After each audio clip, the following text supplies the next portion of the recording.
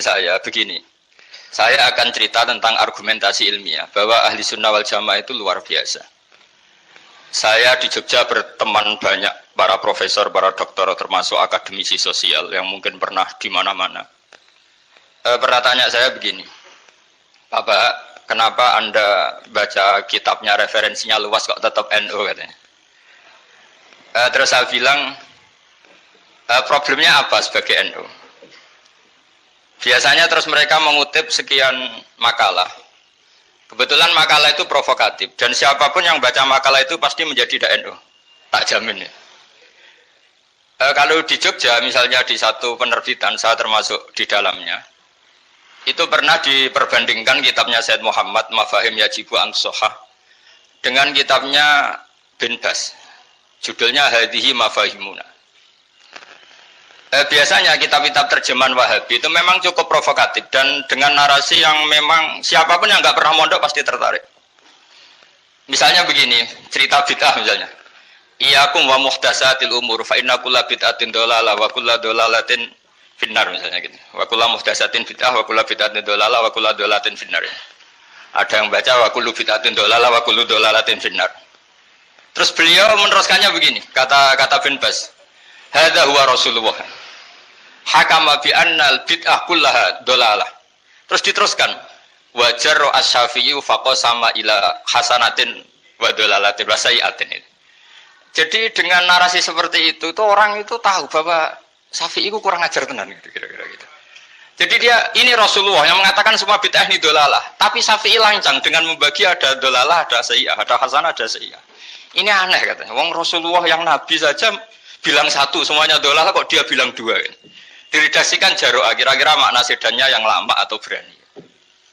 Sehingga orang mesti tanya, kenapa sih tidak ikut Rasulullah saja? Tapi ini satu ilmu, setidaknya ilmu perdebatan, bukan ilmu hakiki, karena kita tidak tahu yang diridhani Allah yang mana.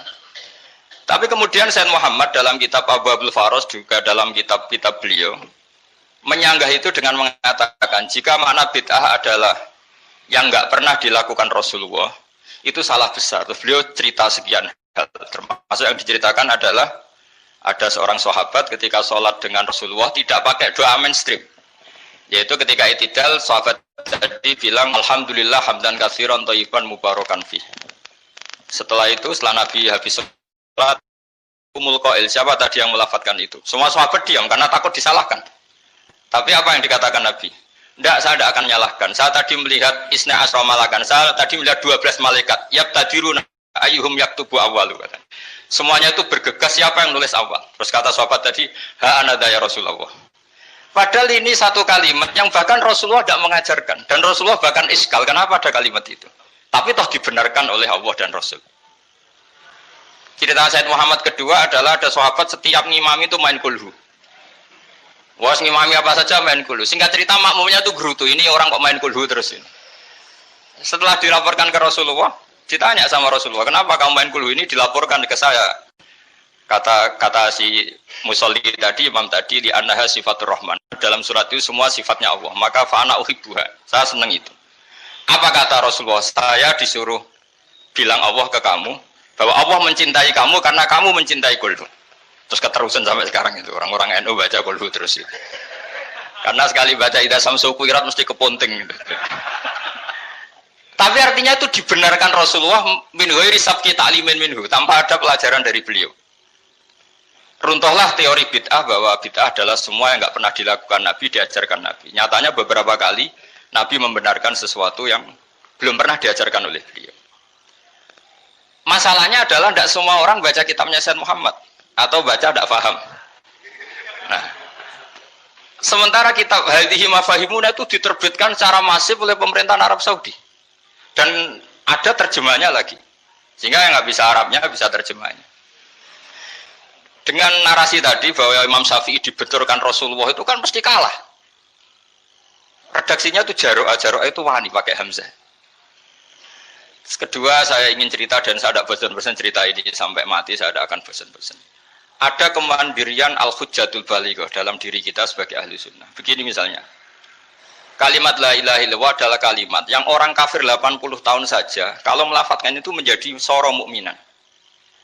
Nah ini kita tahlil yang sudah muslim hanya karena kalimat thayyibah justru menjadi kafir. Ini kan madzhab aneh. Yang kafir puluhan tahun iyan tahu yufar lahum ma qad salaf bihadil kalimah.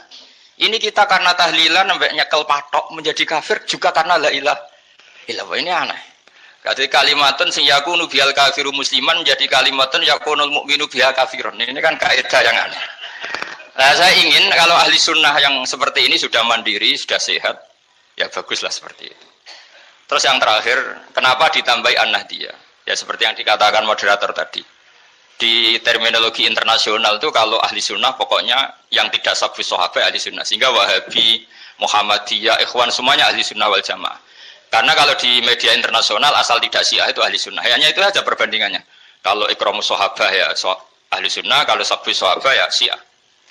Problemnya adalah kita tidak ikut kelompok besar ahli sunnah yang mainstream di internasional karena mereka anti wasilah, anti tahlil.